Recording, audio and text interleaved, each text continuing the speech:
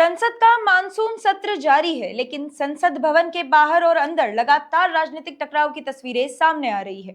मंगलवार को एक बार फिर एनडीए और कांग्रेस सांसद आमने सामने नजर आए।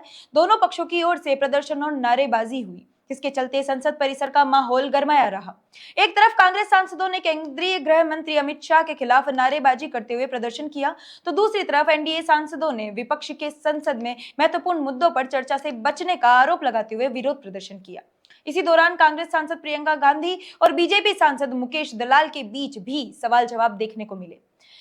मुकेश दलाल ने सवाल किया कि राहुल गांधी झारखंड क्यों नहीं गए और प्रदर्शन कर रहे छात्रों से क्यों नहीं मिले। इस पर प्रियंका गांधी ने जवाब देते हुए कहा कि राहुल गांधी झारखंड गए हैं और प्रदर्शन कर रहे छात्रों से मुलाकात भी कर चुके हैं। लेकिन इन राजनीतिक आरोप प्रत्यारोपों के बीच सबसे बड़ा सवाल देश की जनता के सामने है।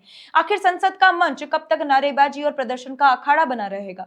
कब सत्ता पक्ष और विपक्ष आमने सामने बैठकर देश के जरूरी मुद्दों पर गंभीर चर्चा करेंगे? संसद में जनता अपने प्रतिनिधियों को इसीलिए भेजती है कि वहां कानून बने, समस्याओं पर चर्चा हो और देश के विकास की नई राह तैयार हो। लेकिन अगर लगातार हंगामा ही चलता रहा तो सदन की कार्रवाई बाधित होती रहेगी। तो सवाल उठना लाजमी है कि विकास की बात का आखिर कब होगी और देश आगे किस रास्ते पर जाएगा। जनता संसद की इन तस्वीरों को देख रही है। सवाल किसी एक पार्टी का नहीं, सवाल देश के लोकतंत्र और विकास का है। सत्ता पक्ष हो या विपक्ष, दोनों ही अपनी राजनीतिक जिम्मेदारियां लेकर बैठे हैं। लेकिन क्या अब वक्त नहीं आ गया है कि नारेबाजी से आगे बढ़कर जनता के मुद्दों पर संसद में बात हो? संसद लोकतंत्र का सबसे बड़ा मंच है। यहाँ टकराव हो सकता है, मतभेद हो सकता है, लेकिन देश हित के मुद्दों पर संवाद भी जरूरी है।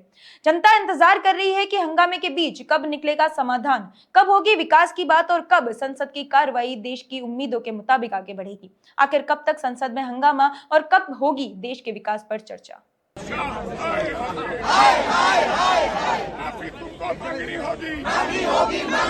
यहाँ पे आप देखिए कि यहाँ प्रदर्शन हो रहा है। इससे पहले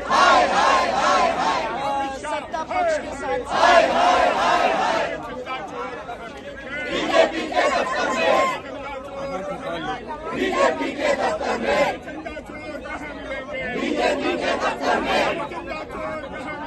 बीजेपी के दफ्तर में माफी मांगो